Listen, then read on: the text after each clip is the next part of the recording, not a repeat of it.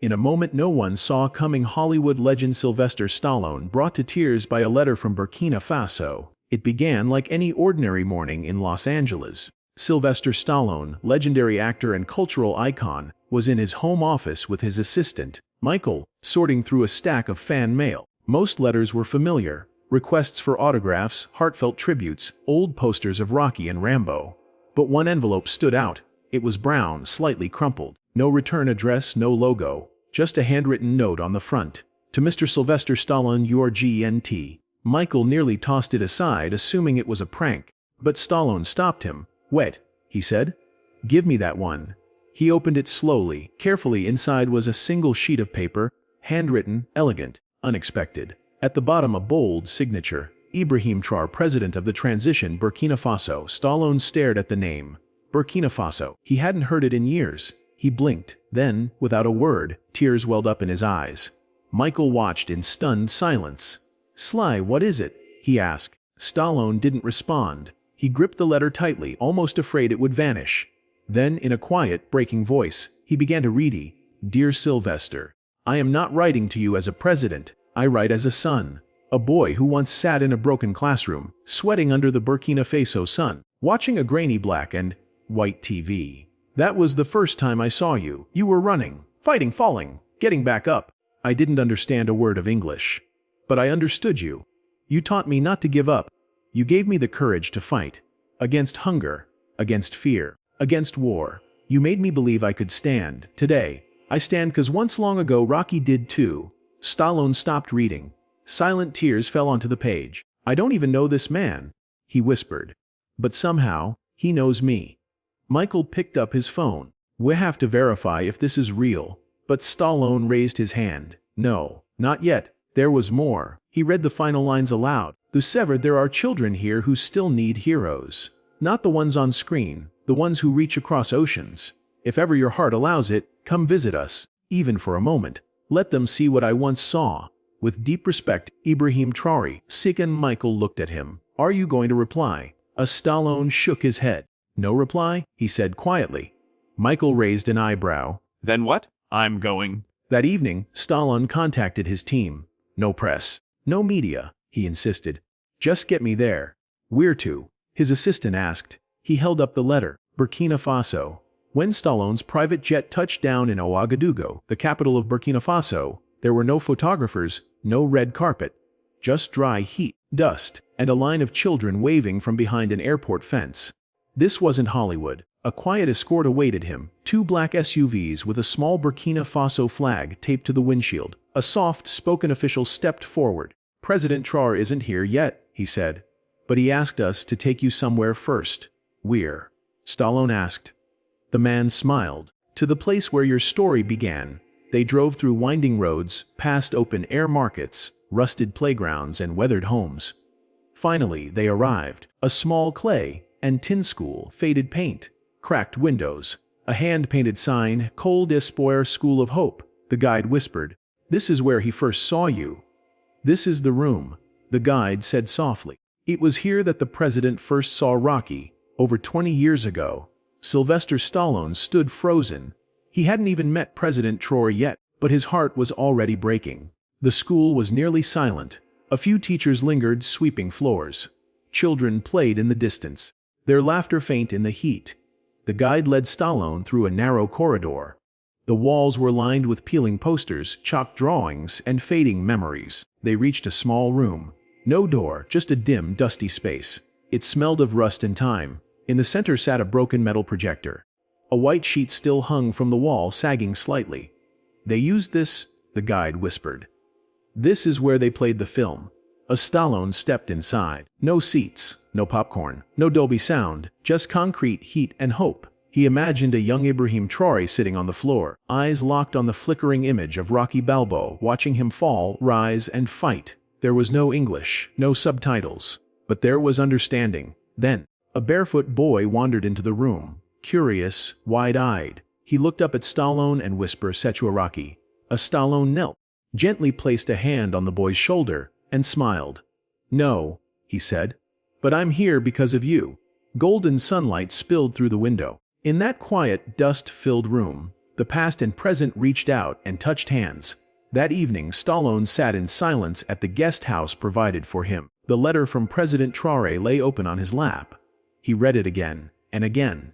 Each word sank deeper than before. A knock at the door. A young woman in traditional dress handed him a small wooden box, offered a polite smile, and left without a word. Inside, a hand-carved bracelet, simple, elegant. And another letter. Mr. Stallone, you owe us nothing, but you've already given us so much. If tomorrow your heart allows, I would be honored to meet you. Not as a fan, as a friend. Ibrahim. Stallone turned the bracelet over in his hand, letting the wood rest in his palm. This wasn't about a movie anymore. It was about lives. About gratitude. About stories that reach people who have nothing but dreams. He looked up at the ceiling, swallowed hard, and whispered, "This is the most important role I've ever played, and there's no script for it." The next morning, Ouagadougou was still. It felt as if the entire city was holding its breath. At the presidential residence there were no cameras, no press, no ceremony. Just a table under a tree. 2 chairs. And President Ibrahim Traoré waiting with a calm smile. When Stallone arrived, he didn't walk in with the pride of a celebrity. He walked with humility. They shook hands quietly. "You're not what I expected," Stallone said with a light laugh. "Neither are you," Traoré replied warmly. They sat, and for a moment there was silence. Not awkward, just full. The kind of silence shared between two people who truly understand each other. "I watched Rocky when I had nothing," Traoré finally said. "It made me feel strong, like I could fight for something better." Stallone nodded. "I made that film when I had nothing too. 2 lives, 2 continents, but the same fire." Then Traoré pulled a third chair to the table. "For someone else," he said. "For who?" Stallone asked. The president smiled. "For every child who ever felt invisible." After their quiet meeting, Traoré handed Stallone a sealed brown envelope. "Read it alone," he said gently. That night, Stallone sat on the edge of his bed. He opened the envelope. Inside were dozens of handwritten letters, some neat, some messy, some with colorful drawings in the corners. They were from orphans, students, street children, kids who once felt forgotten. One letter read, "Dear Rocky, I run in the mornings before school. It makes me feel alive." Another said, "You punched the bad man. I want to punch hunger. Thank you." A third, "President Traoré says you are his brother. That means you are our uncle." Tears slipped down Stallone's face before he even realized it. These weren't fan letters. They were thank yous. From children who had been given hope, by a movie, and by a man who never forgot what it meant to be invisible. One final note, barely readable, simply said, "When I'm scared, I remember Rocky got up." Stallone folded it gently and tucked it into his shirt pocket. He whispered, "I'm not the hero here. These kids are." The next day, Stallone asked to meet the children. Traoré didn't say a word. He simply nodded. They drove to a modest compound on the outskirts of the city. It wasn't glamorous, but it was alive. Children ran barefoot across the dirt yard, laughing, shouting, singing in a kind of joyful chaos. The moment Stallone stepped out of the car, they swarmed him, but not with screams of "Rocky" or requests for autographs. They hugged him. One girl, no older than 6, gently reached for his hand and placed a small, broken toy in his palm. "For you," she said, her voice shy but proud. He held it like it was made of gold. Another boy climbed onto his back, giggling with abandon. Traoré stood a few steps behind, arms crossed, pride in his eyes. "They don't see a celebrity," he said. "They see someone who never gave up." In that moment, surrounded by dusty sandals, wide eyes, and fierce laughter, Stallone understood this was never about him. It was about every child who still dared to believe that the world could change, even just a little, through kindness, courage, and a story that refused to quit. As they were leaving, a young boy ran up and whispered something into Stallone's ear. Whatever he said, it brought tears to Stallone's eyes. Tears not of sadness, but of hope.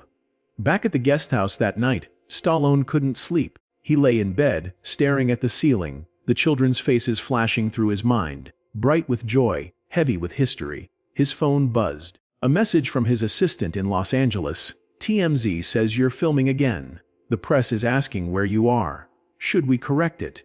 He didn't reply. Instead, he picked up a notebook, not for a script, not for a quote. Just a letter. To himself he wrote about guilt.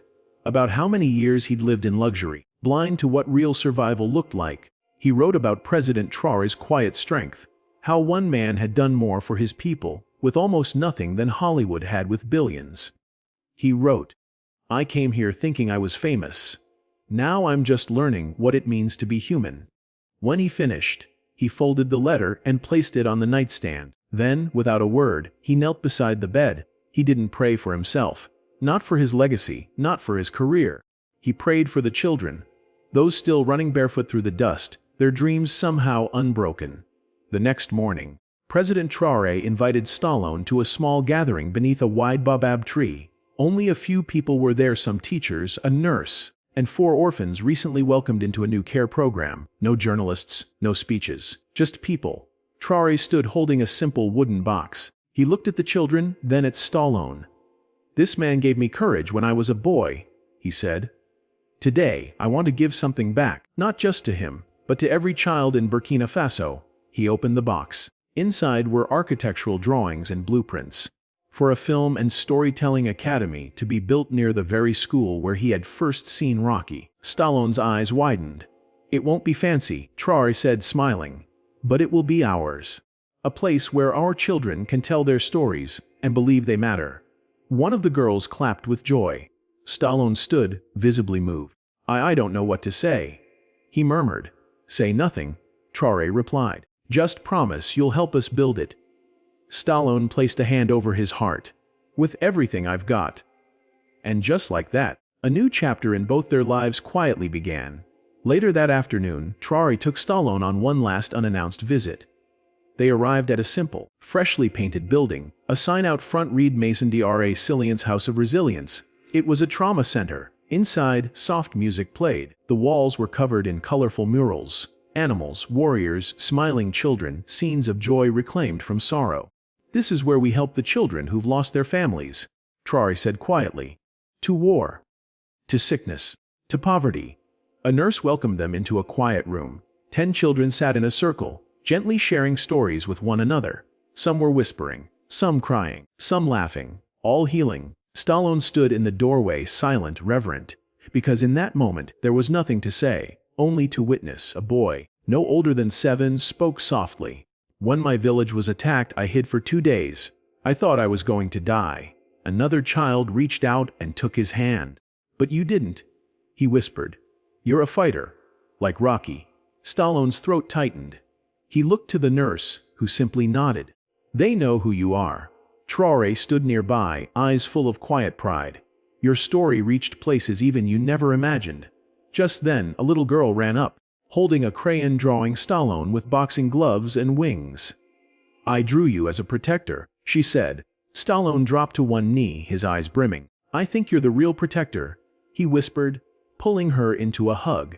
Later, back in the capital, Stallone and President Traoré sat for a quiet, live interview with Burkina Faso's national television. No big fanfare, just 2 men on a couch.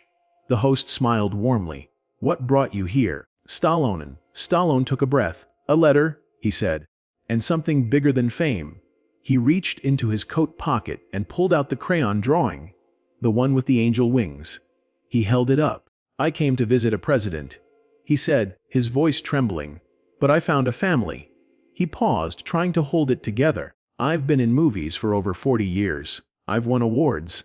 I've had crowds chant my name. But I've never," his voice cracked, "I've never felt this kind of love." Tears streamed down his cheeks. He couldn't go on. President Traoré gently placed a hand on his shoulder. "That's because here," he said, "we don't love people for being stars. We love them for their hearts." And across Burkina Faso, and later, across the world, millions watched a Hollywood icon weep, not from pain, but from a deep, overwhelming connection. That night, Traoré did something unexpected. He invited Stallone to his real home, not the presidential villa, but the house where he grew up, tucked in the dusty backstreets of Ouagadougou. No security, no cameras, just 2 men sitting on wooden stools under the stars. "My mother used to sit here," Traoré said softly, "and pray for rain." Stallone looked around, amazed. "You grew up here," Traoré nodded. "We didn't have much, but we had courage. That was enough." They ate simple rice and grilled chicken. They laughed between bites. People think presidents and actors live different lives, Traore said, but I think we're all just boys trying to protect what we love. Stallone leaned back, gazing up at the stars. You know what this feels like? What? A scene from a movie I never got to make. Traore smiled. Maybe now you will. And in that quiet moment, no red carpet, no golden statue, just two men speaking of pain, purpose, and love. The world felt smaller, safer, stronger. On the morning of his departure, Traore handed Stallone a small box. Open it when you're back in America, he said. 12 hours later, in his Los Angeles home, Stallone sat on his couch and lifted the lid. Inside was a folded Burkina Faso flag, stitched with the signatures of dozens of children. Beneath it, a note: you came as a stranger, you left as family. You will always have a home in Burkina Faso. Nestled at the bottom was a golden pin, engraved with a lion and a rising sun. Stallone froze. He knew the symbol. It was reserved for national heroes. His hands trembled. He hadn't expected this. Not from a country he had only just come to know. He walked outside, into the California night. The stars were different from those in Ouagadougou, but suddenly they felt familiar. And as tears welled up again, he whispered, "This is the most important role I've ever played, being human." He didn't need applause. He had found something deeper. He had found belonging. 2 hours into his flight back to the U.S., Stallone sat quietly, staring out the window, the note clutched in his hand. But something stirred inside him. It wasn't guilt. It was unfinished purpose. He rang the flight attendant. "Can this plane return to Burkina Faso?" he asked softly. The captain was stunned, but Stallone insisted. "I left too quickly," he said. "I need one more day. Just one." After a short conversation with aviation authorities, the jet turned around. When President Traoré got the call, he was outside, speaking with local farmers about a water project. He paused, then smiled. "I knew he'd come back." When the plane touched down, Stallone stepped off, still in his travel clothes. No cameras, no entourage, just conviction in his stride. "I want to help build that storytelling academy," he said. "Not just in name. I'll bring filmmakers, teachers, equipment, real support, real investment."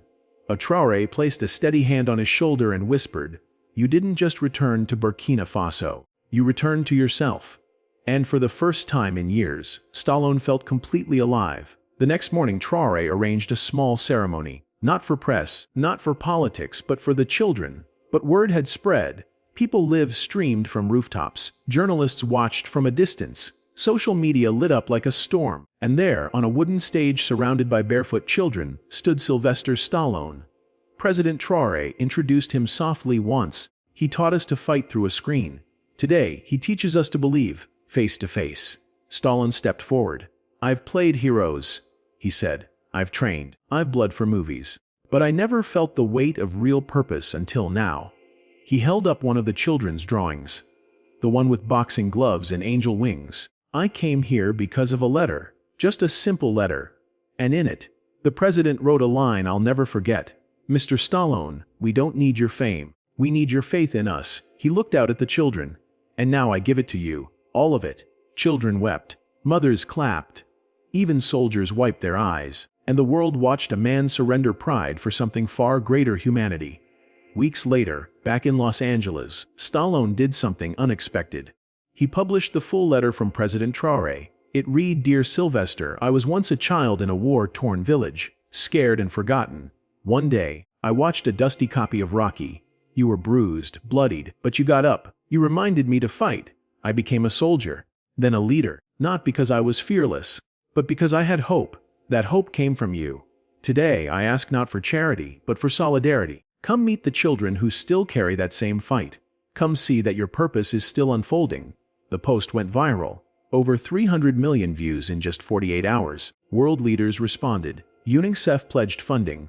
African filmmakers wrote open letters of gratitude. And across the globe, people simply wept. For the first time in a long time, the internet wasn't divided, it was united by compassion. Dear viewer, if you've made it this far, I want to ask something personal. Did this story move you? Did it remind you that fame means little compared to kindness? If yes, like the video, subscribe. But more importantly, tell us in the comments, what would you do if you received a letter like that? Let's start a chain of empathy. Because somewhere out there, someone is still waiting for a sign that they matter. And maybe Your comment could be that sign. Thank you for crying with us. Thank you for feeling. This story is just the beginning.